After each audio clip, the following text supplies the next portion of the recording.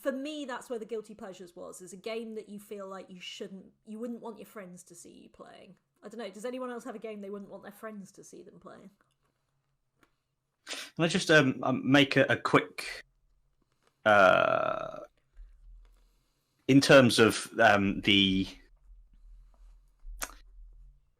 I suppose this does. You can edit out that pause, can't you? So, talking of comedic sake, but yeah. Yeah, so the idea of games that are problematic because of the people who make them. Because one thing that I've been thinking about recently and has been a very, very interesting topic in terms of this is there's a brand new Harry Potter game coming out next year. And now, obviously, J.K. Rowling has come out as being extremely transphobic, which is devastating because Harry Potter was a pillar of my childhood. And this game looks like it's going to be incredible. I've always wanted to play a massive Harry Potter RPG. So I don't know. I'd be really interested to see what you three think about it because I don't know where to settle on the matter. And then there's the added layer now of we've discovered one of the senior developers on the game is one of the guys who was one of the biggest Gamergate harassers and who made YouTube videos basically saying horrific things about female journalists and stuff. And yeah, it's like, stop messing with Harry Potter for me, please. This is like such a a thing I love, and I am completely with you, Matt. I feel that there is a statement to be made and there are things to be done, and does that mean that I should never play the game? But does it? It's what it makes me angry with, and do you know what? I know what Jem's going to say, so I'm going to let Jem say why I'm angry. Oh. Do you know why I'm angry, Jem? Oh no, Gem's sound. It's Discord's messing with you again, Jem. Hear me? Okay. I can tell you that they are having trans characters in the game. They have said that good. Today. That flashed up on my news today. So, no. But no, So I didn't know what you wanted. What you were going I was to say?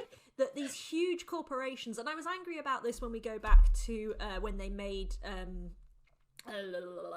the game, what are they called? The films, the prequel films, the Fantastic Beasts. Yeah. Them. The fact that they cast Johnny Depp.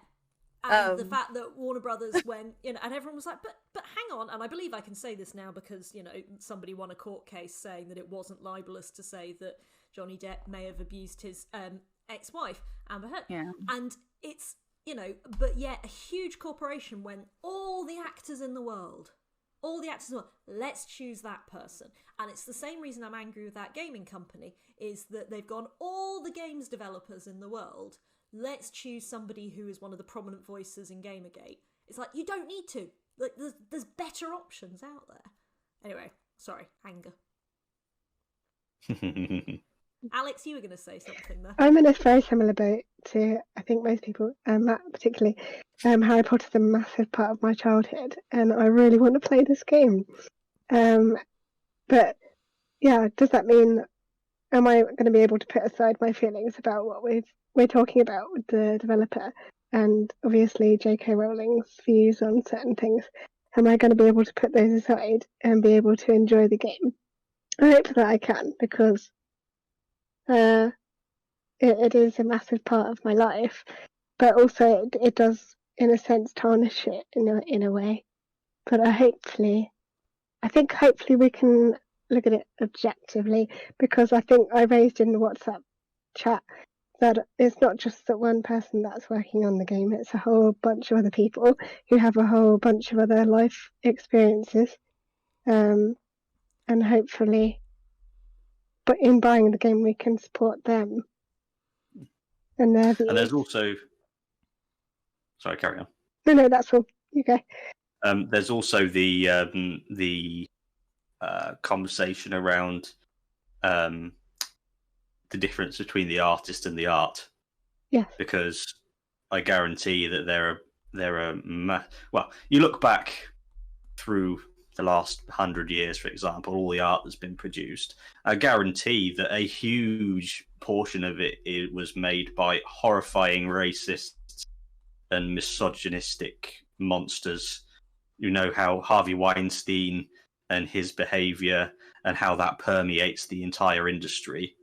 So it's still difficult to know. So then people can choose where their line can be drawn, but it's important to remember that you can enjoy art and be very critical of the artist, and I think that's an important thing to bring that up. came up recently. There's a friend of mine who's not into Harry Potter, because, I mean, obviously I probably shouldn't be because I'm too old, but I don't care, and who doesn't have any particular attachment to anybody who's sort of from Me Too scandals and stuff, but is a humongous fan of Buffy the Vampire Slayer and the general Whedon universe. And then, of course, I can see Gems going, I know, and Joss Whedon has not come out of the last few weeks well, and I frankly, honestly, like, I think having gone back and rewatched some things, like some more obscure Joss Whedon stuff like Dollhouse in the last few years, I mean, rewatching Dollhouse, I was just like, wow, this is an incel's wet dream. Every single thing of it, it's for those of you who aren't familiar with Dollhouse, the plot is that some people volunteer to basically have their minds wiped, and they become dolls that people can rent for the day or the night and have any personality or any sort of skills uploaded to them. And yes, the face that, you know, Alex is pulling right now is pretty much, somebody should have said that in the production meeting. But it was, you know, written and done by Joss Whedon, and it's like Joss Whedon has been clearly getting more and more problematic for a while. His ex-wife said some stuff about 3 years ago making it clear that he's problematic, but my friend was saying to me, she was like, I didn't mind when I didn't care that we had to ditch Harry Potter, I didn't care that we had to ditch Miramax films, but like, I don't want to ditch Buffy. Buffy's really important to me. And it's like, as you say, Matt, it's that, like, can you enjoy the art without the artist? And Jem, you're the right generation. How do you feel about Joss Whedon while we're here? I think clearly Joss Whedon is a bit of an arse, but you know, that doesn't make the Buffy series a bit of an arse. You know, that was awesome. I watched it obsessively. I loved that series, and I wish it was still on. And it, you know, really, really informed my life. I've just recently introduced my daughter to Pirates of the Caribbean, and so we had a big conversation about this, about whether or not that was appropriate. I properly loved Johnny Depp. Like, I actually loved that man. It was never going to happen. But I even had like an arrangement with my ex-husband that if Johnny Depp ever came along, you know, that was it. I was like, and it was like a long-standing thing. So, you know, and I was gutted to hear, you know, about him and all of what he'd done, and, you know, the abuse that he has supposedly, so I think we can say he has, subjected Amber and who else to, you know. But I think but the films are really good, and the character is really good, and, you know, introducing my daughter to that world has been a really positive and fun experience for her. And she did say, you know, his eyes, and I was like, I know. And I said, but he's a really not very nice person, and we don't like the actor, but we love the character.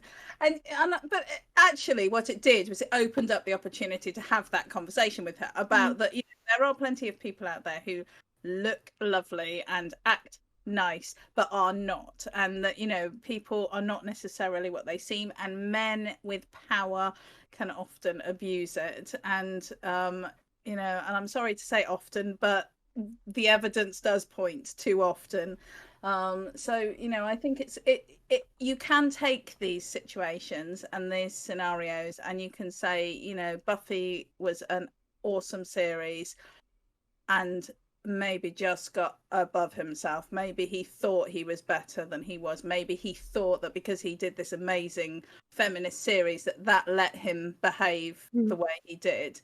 And I think, you know, it's an opportunity to open up those conversations, and it's an opportunity to talk about these things, I think, and that's the way I would like to see it. I don't want to give up all of this stuff.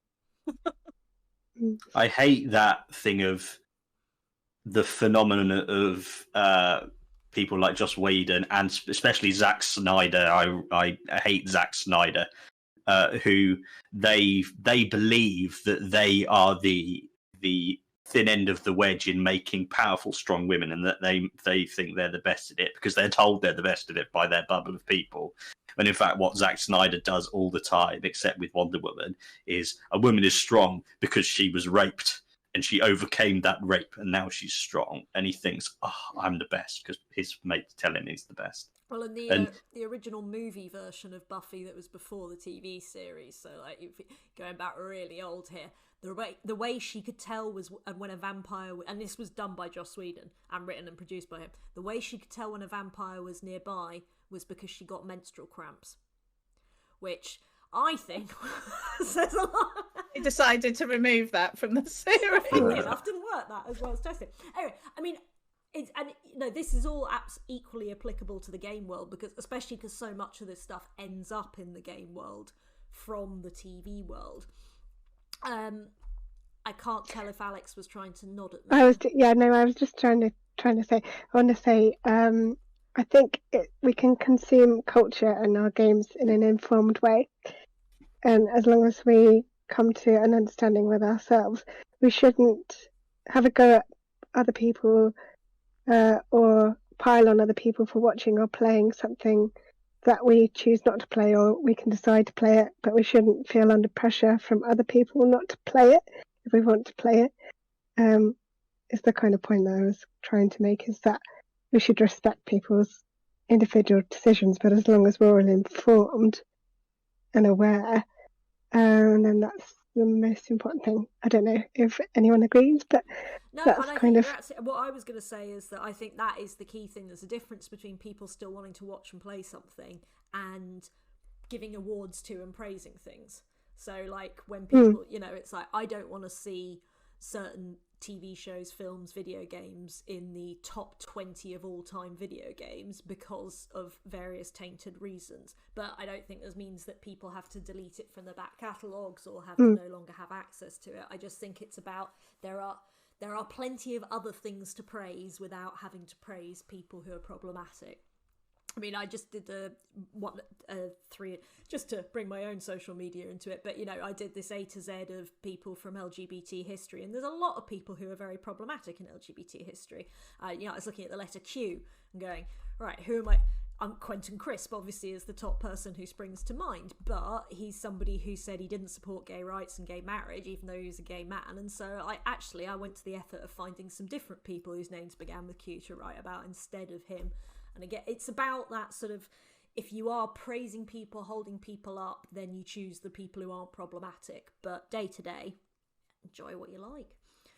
But if you buy a game or you play a game that is problematic, my concern is that you are supporting it. And so with the Harry Potter game, for example, I absolutely take everything that everyone said, and I've made my own points about not wanting to give up things despite the bad behaviour of people involved in it. But on the other hand, I think that if we don't vote with our pockets, then are these people ever going to listen? These people are still going to be given these rights. These games are still going to include rape scenes and beating up women as like a fun thing, something that you can do as an aside. It's really hard, I think, as a consumer to know quite how to best influence what's going on and what we're seeing, and to encourage the positive stuff that we want to see more of and discourage the negative stuff without my earphone just fell down my top. That's good. Sorry, we can hear you can't hear us, but it's fine. Sorry. You're exactly right in that. I think particularly because gaming is, there are so many young people, the new generation coming up through, and the younger generation are far more. They are so much more informed in social issues like LGBT stuff. They're gonna despise a lot of these these terrible things that have been so prevalent for so long. And something like Twitch, for example, Twitch was an actual partner of the gaming awards, the GAY-ming awards that were last week. So, and Twitch has a massive commitment to that, and Twitch is where the vast majority of young people are going to watch streaming and to stream themselves. So they're going to learn from that, and then they're going to make so much noise, which is what's happening now with all the J.K. Rowling stuff in this game. That's partially why they've put this the ability to be trans in it, and they're going to get more and more pressure. And as big corporations, they go where the money is, and the money is going to go to more people who are more intersectional. So even though it might be for it's not just moral reasons, I hope it's going to go in the right direction. So you said a little while back about it being an incel's wet dream, and I think that's a perfect way to describe it, because I've been thinking of it as it's either what men want to be or what men want to see. So you get to be, men want to be a big, strong, masculine man, and they want to see naked women and sex scenes. And it's like a 15-year-old boy has made every single game and every single film for most of history. I do sometimes wonder though, do men want to see that? I mean, you know, I can't say, nobody can speak for all men, and not all men are the same, but you know, I think that sometimes some of the, because obviously I think Gem and I, you and I would say we're of the generation where people grew up gaming and then have carried on gaming. So I know a lot of men who are in their 40s who game, and you know, they feel genuinely quite uncomfortable with some of these things now, even if they're not particularly feminist. They're like, oh god, another bathhouse scene. You know, I mean, what was it? I think there was a game that he was playing where, like, genuinely that was the mechanism to get your health back. You had to go to the bathhouse and be tended by a wench in order to restore your health. And it's just like, I'm just like looking over and I'm like, oh, being tended by a wench again, are we? Eh? And it's just like, I know, it's embarrassing. It's just like,